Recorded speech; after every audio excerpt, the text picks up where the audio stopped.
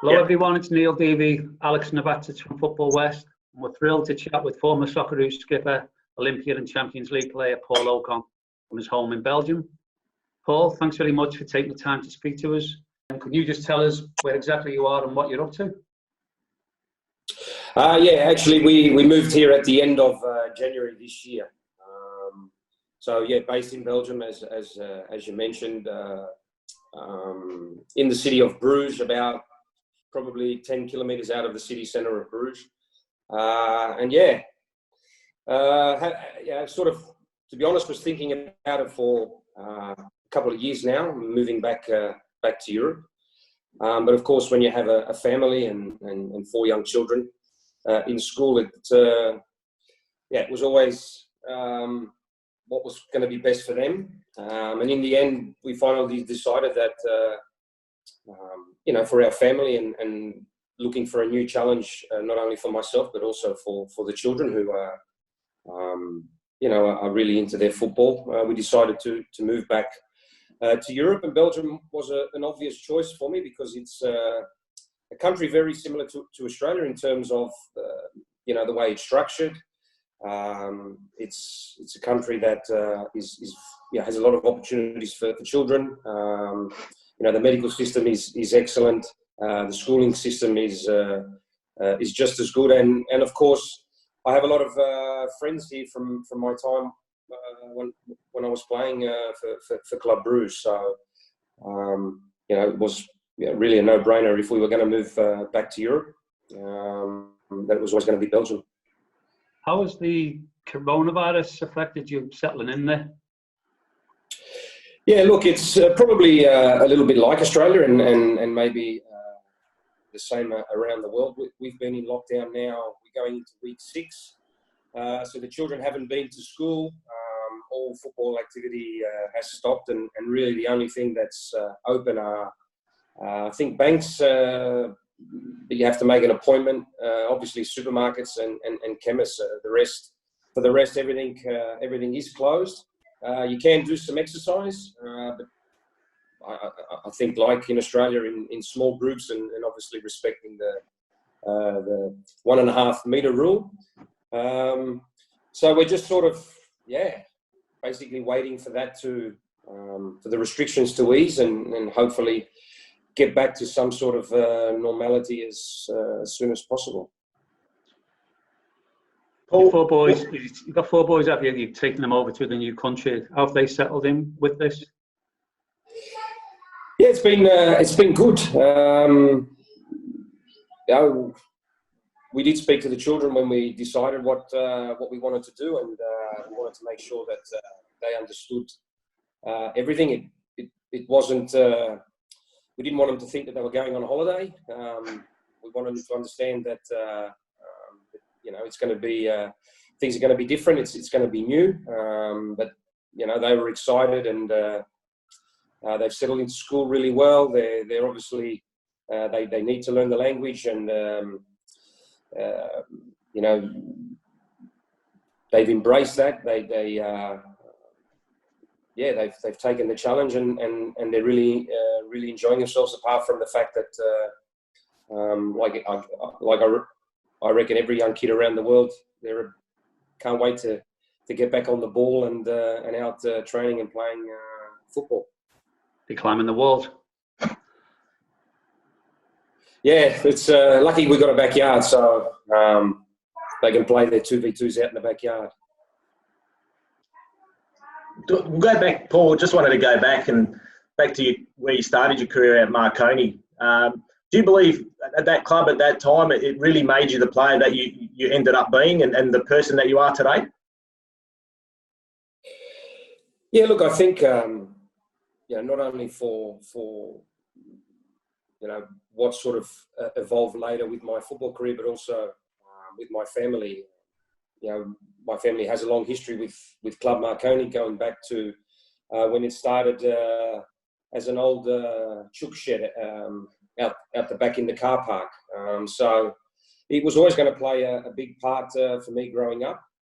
And coming through Marconi as a junior and obviously into the first team, when it was the NSL and and then on to Europe. So I was very fortunate to be there in a period where Marconi was considered one of the elite clubs at that time in Australia.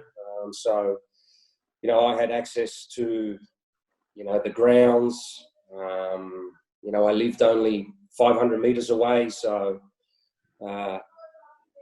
every day you can imagine where my time was spent. Growing up, there was no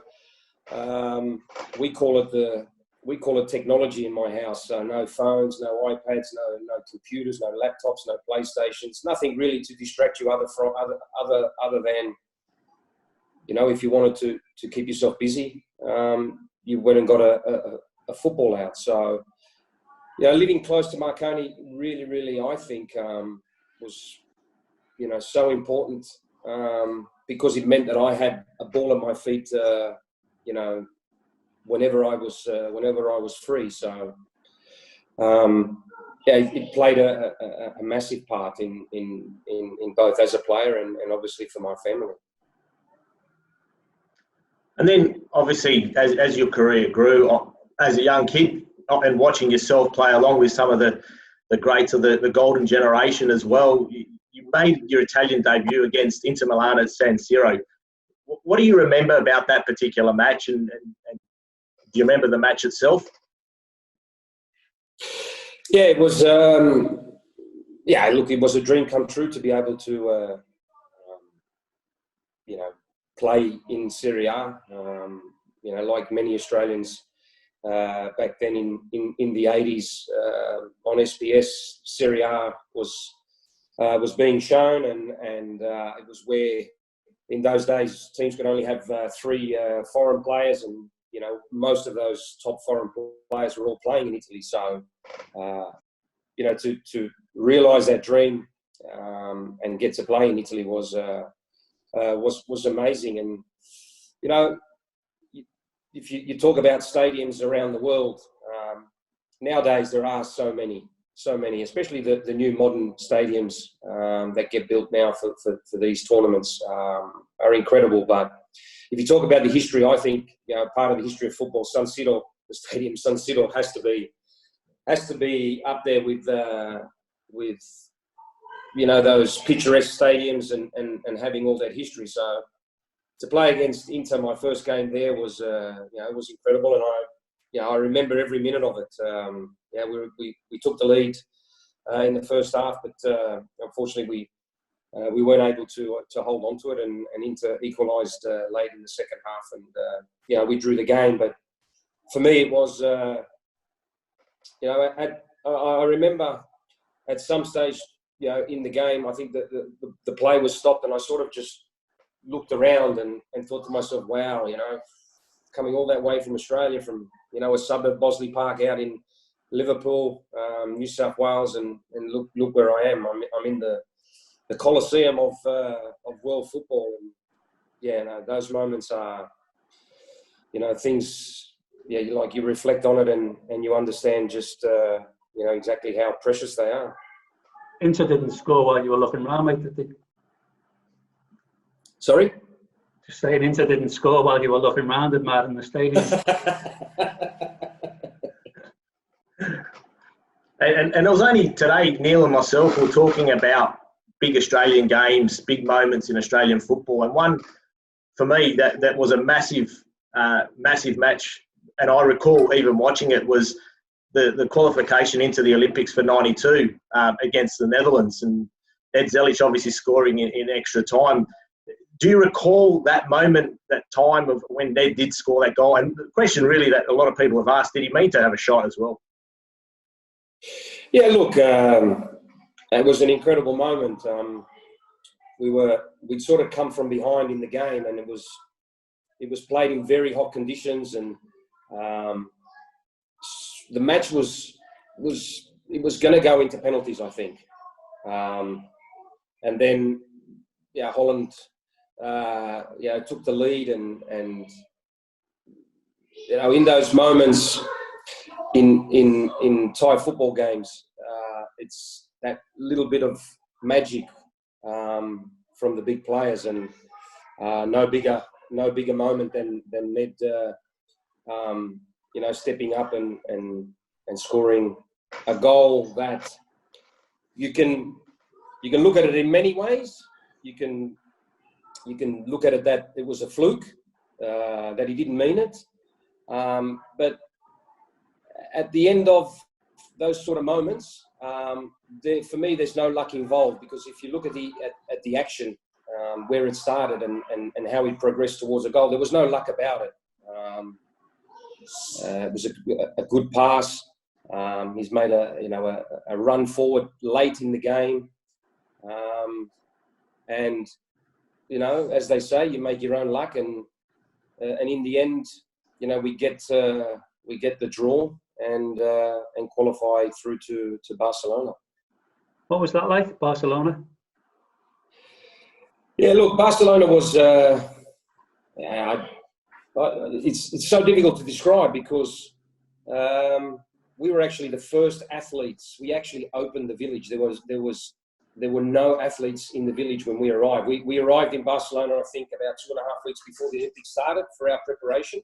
Eddie Thompson and Les Schoenfeld decided that we'd actually go to Barcelona and prepare there, as opposed to somewhere else and then flying in just before the first game. So we had, I think for the first 2 days, we had the whole village to ourselves. It was, you can imagine as 19, 20, 21-year-olds, what was going through our minds. So we actually lived it.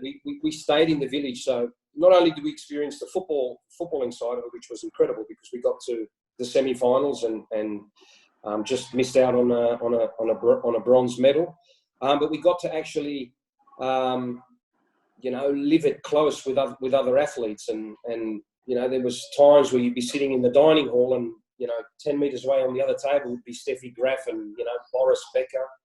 I saw one of my heroes, and not from football, Alberto Tomba, who was a top world champion Olympian skier, who was visiting the village. Arnold Schwarzenegger we saw.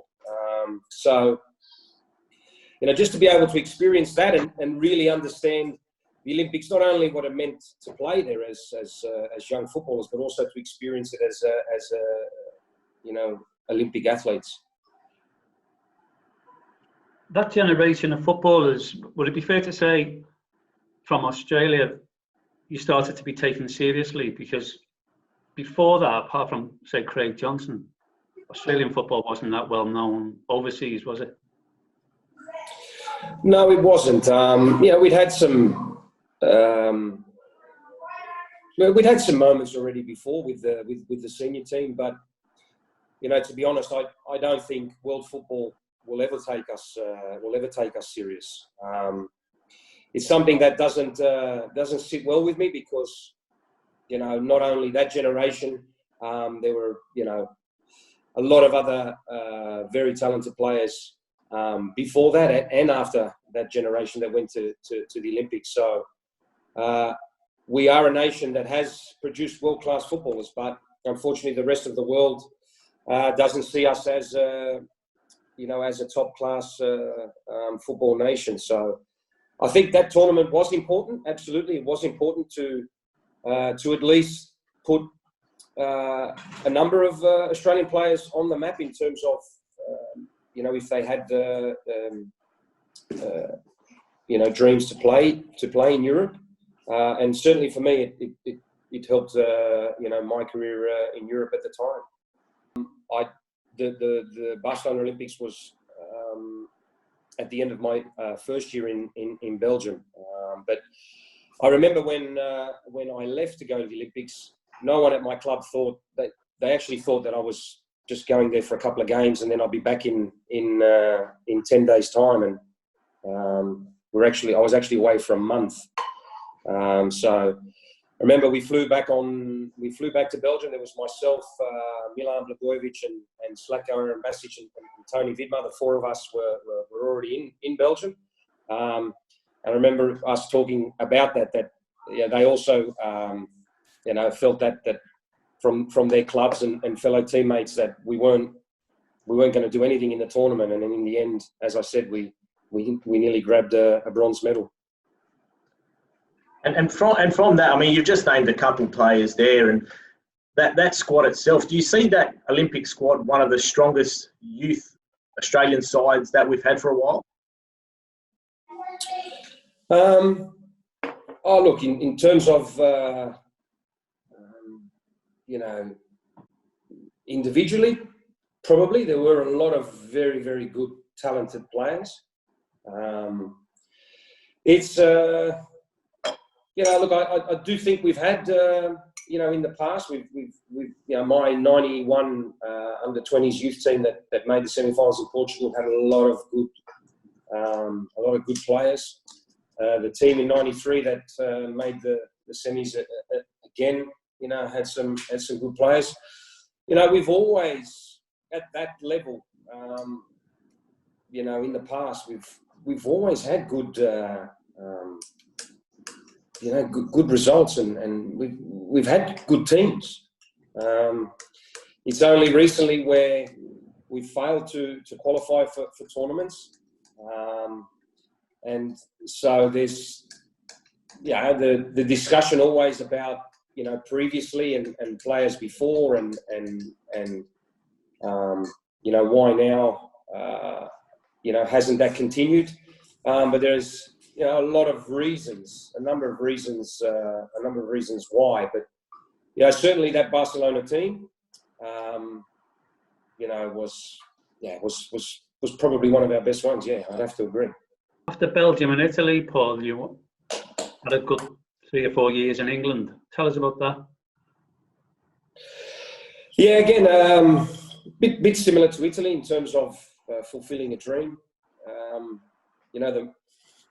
I used to watch Match of the Day on Monday evenings, and as a young kid, I supported Man United.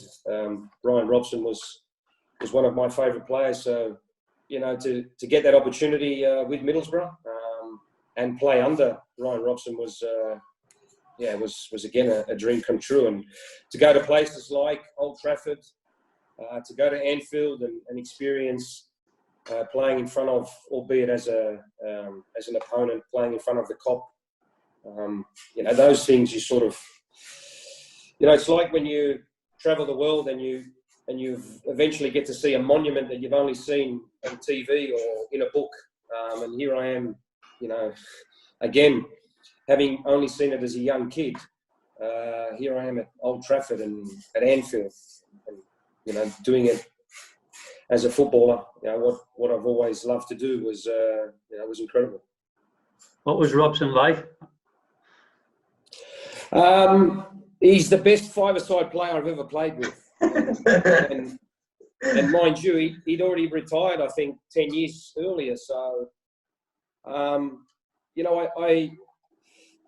was one of my favourite players, and he had a great career. But he was never, if I think back, he never come across as being, that really, really top technician. He was a real worker. Had a very, very good left foot, aggressive and a leader. And I think probably the fact that, he had those attributes that no one really spoke about, that he was actually a very, very good footballer. And I got to see that, in training when he would join in five-a-sides. I had a little spell at Watford for a couple of months, for 6 months under Gianluca Vialli, and then moved back into the Premiership with Leeds under Terry Venables. I was at a game at Everton when you played, where the supporters, that was when the wheels started coming off at Leeds, when the club's buying and selling policy probably caught up with it. What was it like to be at the club then? Yeah, look, it was a very difficult time. They sort of became a bit of a victim of their own success, because for a few years they were right up there, and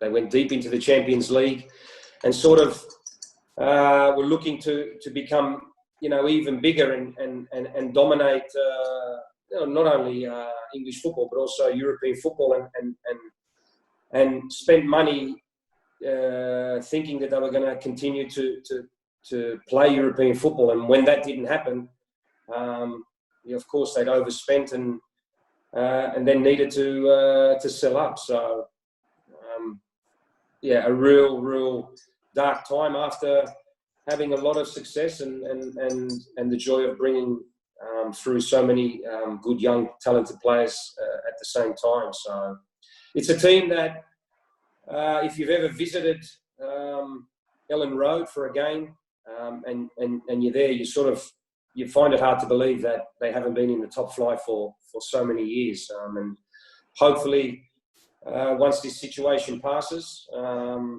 they can, I hope, justice is done. And even if the season isn't completed, that they deserve to be crowned champions and be promoted back to the Premiership. Around that time, you would have played against England for Australia. That game's being shown today by FFA on some of their channels. What are your memories of that game? Yeah, incredible. We've been waiting for a long time to play England. They wouldn't give us that opportunity. And I think a lot had to do with the fact that there was so many Australian players that were playing in the Premiership at that time. So they actually gave us that opportunity. And we knew going into the game that if they were going to underestimate us, and that's exactly what they did. Before the game, they sort of, through the press, had made us understand that they were going to play two different teams, so one in the first half and a different team in the second half.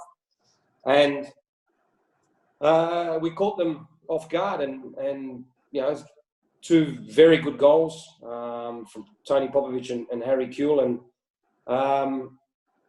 and went in at half time 2-0 up, and we were sort of wondering then, what was Sven-Goran Eriksson going to do? Was he going to go back on his word and put on a new team for the second half, or was he going to try and fix the result and get back in the game by continuing with what was their stronger lineup in the first half?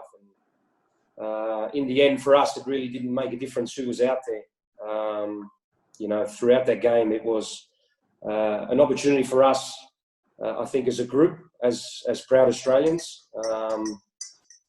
First and foremost, because it's not every day you get to play against England, and we waited so long, but we wanted to show just how good Australia is as a footballing nation. And that game always gets brought up with Wayne Rooney because it was his debut. Correct. Yeah, it was his first game. I think he came on in the second half. Yeah. On that game, one question I've always wanted to ask on your thoughts, and I never had a chance to do so. Stan Lazaridis, a WA great, a guy that represented Australia over 60 times. What do you remember mostly of Stan as a player playing for Australia then? Yeah, look, Stanley is not only was he a very underestimated footballer, a very, very good footballer, but he's one of the nicest guys that I've ever met. Outside of football. Forget about football. He's a true champion. I have some great memories with him, some laughs, some very, very good laughs with him. We got along very, very well. We were similar age. He had a great career, and probably flew under the radar, maybe because, when he was coming through, he probably didn't, I think he probably was a little bit of a late bloomer in terms of his development, but had a very, very good career in England. As you said, 60 games for the Socceroos. I think he delivered that ball for the first goal for us, for Popper to score. So, and I know he's a local in WA. Yeah, absolutely. So I hope you guys are looking after him. Yeah, absolutely. And what you say about Stan, he is a true gentleman, Dave. From myself, Neil, and everyone in football in WA, just wanted to say thank you very much for giving us the time and reminisce on your career. And for me, it's great to be able to hear it and live it and basically get your thoughts on things that have happened in the past. So, mate, thank you very much. No, thank you, guys. Anytime. Stay safe and healthy, and hopefully things this virus disappears as soon as possible.